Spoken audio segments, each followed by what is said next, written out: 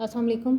आज हम SPSS करेंगे। इसके अंदर जो है ना हमारे पास एक वेरिएबल व्यू है और एक डाटा व्यू है। सबसे पहले हमने वेरिएबल व्यू को फिल करना होता है, ठीक है। अब इसमें सबसे पहले हम नेम को फिल कर रहे हैं, तो हम लेंगे जेंडर, ठीक है। और ये टाइप हमारे पास न्यूमेरिक आ गई। ये 8 विड्थ का मीन है कि कितने अल्फ़ाबेट्स हैं, ठीक है। 0 डेसिमल किया। लेबल का मीन है कि हम उसे एक्सप्लेन करें क्वेश्चन को, हम लिख देते हैं जेंडर ऑफ द पॉपुलेशन। ये हो गया। फिर हमारे पास है, इसमें कोई मिसिंग वैल्यू नहीं है। अच्छा, अब ये जो हमारे पास वैल्यूज़ वाला है, इसके अंदर हमने कोई ना कोई वैल्यू अगर हम चाहते हैं तो हम उसको दे सकते हैं। न्यूमेरिकल है, जैसे हम इसे करते हैं, हमने 1 वैल्यू दे दी और लेबल हमारे पास क्या है, मेल, ठीक हो गया। फिर हमने इसे ऐड किया। नेक्स्ट हमारे पास जेंडर है 2 और हमने ऐड किया इधर लेबल फीमेल, ठीक हो गया। और फिर हमने इसे ऐड किया और ओके कर दिया, ठीक हो गया। और फिर ये ऐसे रहने देंगे और इसकी मायर को हमने नॉमिनल कर दिया। नेक्स्ट है हमारे पास जेंडर। जेंडर के बाद आ गया एज। अब एज में हम, अच्छा, फिर हमने एज को ऐड कर दिया। ये हमारे पास न्यूमेरिक है, इसका डेसिमल हमने 0 कर दिया। फिर हमने यहाँ ऐड किया एज ऑफ द पॉपुलेशन, ठीक हो गया। और फिर हमने इसे नंबर अब असाइन कर, ठीक है। अब हमने 1 वैल्यू किसे दी, जो कि 20 to 25 ईयर्स के, ऐड कर दिया। फिर हमने 2 वैल्यू दी जो कि 26 to 30 ईयर्स के। इसमें हमने ईयर्स को रिपीट नहीं करना होता। 3 हमने वैल्यू दे दी और हमने उसे लेबल कर दिया कि ये 31 to 35 ईयर्स है, ऐड कर दिया।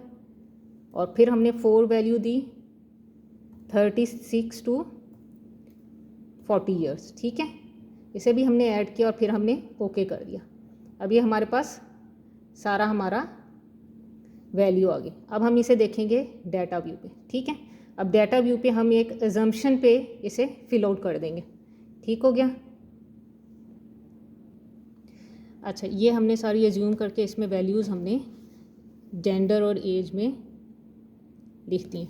अच्छा, अब हम इसके दोबारा वेरिएबल व्यू पे जाएंगे। अब हमने क्या फाइंड करना है, रैंडमाइजेशन हमने करनी है सैम्पलिंग की। सबसे पहले हम जाएंगे ट्रांसफॉर्म में। ये ट्रांसफॉर्म में हमारे पास सबसे पहली ऑप्शन है कंप्यूट वेरिएबल। कंप्यूट वेरिएबल में जाएंगे, यहाँ से हम सिलेक्ट करेंगे रैंडम नंबर्स को। ये रैंडम नंबर्स हम सिलेक्ट किया और उसके बाद हम जाएंगे, सबसे लास्ट में हमारे पास ऑप्शन है यूनिफॉर्म। जो यूनिफॉर्म है उसे हम डबल क्लिक करेंगे। अब ये हमारे पास आ गई वैल्यू। यहाँ पे हम बताएंगे कि हमारा सैम्पल साइज़ कितना है। अब हमने एज्यूम कर लिया कि सैम्पल साइज़ हमारे पास 500 है, ठीक है। यह हमने लिख दिया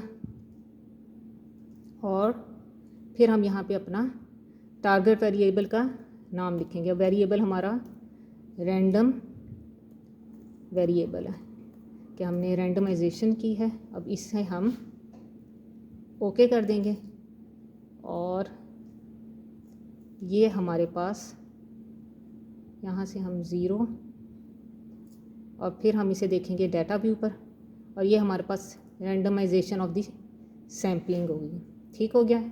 अब इसमें हमने जितने एंटर किए हुए होंगे उतनों के हमारे पास सैम्पलिंग की रैंडमाइजेशन है। ये 380 हो गए, ठीक हो गया। ये हमारे पास 50 मैंने सैम्पल्स लिखे थे, तो इसलिए उन्होंने 50 नंबर्स हमें दिए। अब नेक्स्ट हम विजुअल बिनिंग करेंगे। विजुअल बिनिंग के लिए भी हम सबसे पहले ट्रांसफॉर्म में जाएंगे, वेरिएबल व्यू में जाएंगे। फिर हम ट्रांसफॉर्म में जाके इसमें हम विजुअल बिनिंग, ये ऑप्शन है विजुअल बिनिंग में जाएंगे। यहाँ पे हम सिलेक्ट करेंगे जो सिर्फ हमारे पास स्केल डाटा होता है, सिर्फ वो सिलेक्ट होता है। इसमें हमने रैंडम वेरिएबल की बिनिंग करनी है। बिनिंग का मीन होता है कट ऑफ पॉइंट। इसे हम कंटिन्यू करेंगे। अब ये उन्होंने हमें बता दिया कि ये हमारे पास सारी वैल्यूज़ हैं। इसके अंदर हम बिन्ड वेरिएबल का नेम लिखना है हमने, तो हम इसे लिखेंगे बिनिंग। और फिर वो पूछ रहे हैं कि ये हमारे मिनिमम जो है वो 7 है और मैक्सिमम हमारे पास 488।